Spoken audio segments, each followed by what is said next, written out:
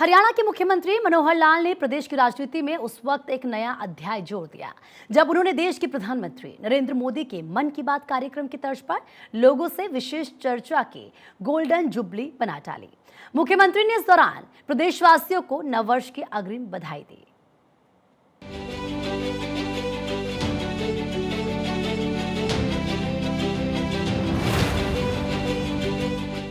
मुख्यमंत्री मनोहर लाल ने राज्य सरकार की तरफ से प्रदेश के लोगों के लिए किए जा रहे कल्याण के कार्यों का फीडबैक लिया।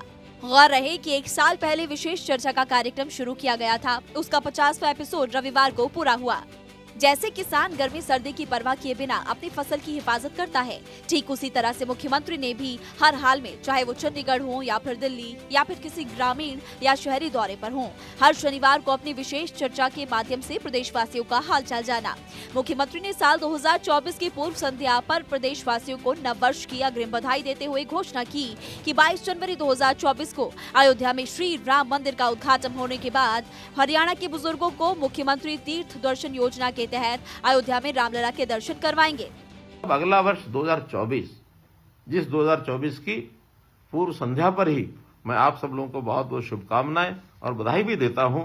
नया वर्ष खुशियों भरा आए और इस नए वर्ष में ये जो संपर्क करने का काम है, हम निश्चित रूप से अगले सप्ताह एक नए स्वरूप में आपके सामने आएंगे, आपसे व्यक्तिगत बात भी करेंगे, आपके जिलों में जाकर के जनसंवाद के कार्यक्रम भी 25 जनवरी के बाद फिर से शुरू करेंगे। उन्होंने ये भी कहा कि आगामी 25 जनवरी के बाद नए कलेवर और नए फ्लेवर में जनसंवाद कार्यक्रम को फिर से शुरू किया जाएगा। विशेष चर्चा की गोल्डन जुबली पर मुख्यमंत्री से प्रदेश के लगभग हर गांव और मोहल्ले से लोग जुड़े।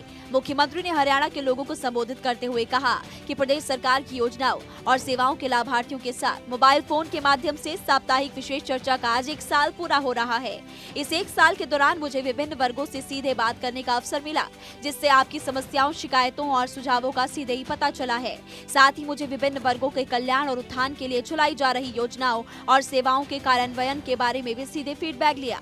इस दृष्टि से कार्यक्रम मेरे लिए बहुत ज्यादा उपयोगी रहा, ये बात सीएम मनोहर लाल ने कही।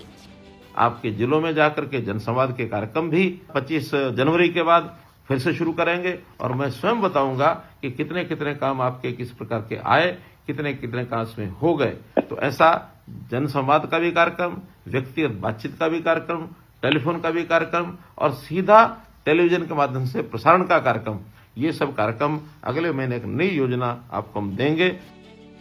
मुख्यमंत्री ने बताया कि हमने तय किया कि लोग अपनी समस्याओं के लिए, कठिनाइयों के लिए, छोटे मोटे कामों के लिए सरकार के द्वार पर ना आए, बल्कि सरकार उनके पास स्वयं जाकर उनकी समस्याओं को जानेगी, उनके विकास की जरूरतों को समझेगी। सीएम ने विपक्ष पर निशाना साधते हुए कहा कि पिछली सरकारों की तरह वातानुकूलित कमरे में बैठने के बजाय लोगों की जरूरतों, आशाओं, आकांक्षाओं को ध्यान में रखकर समाज के हर वर्ग के हित में योजनाएं बनाते हैं।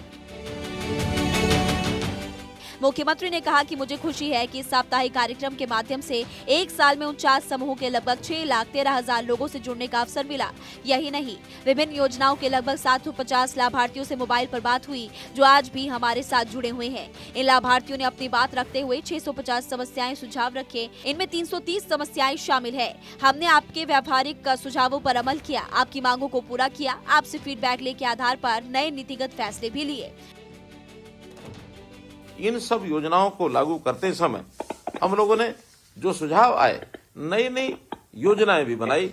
कुल 36 योजनाएं इस समय तक सुझाव के आधार पर हम क्रियान्वित कर चुके हैं।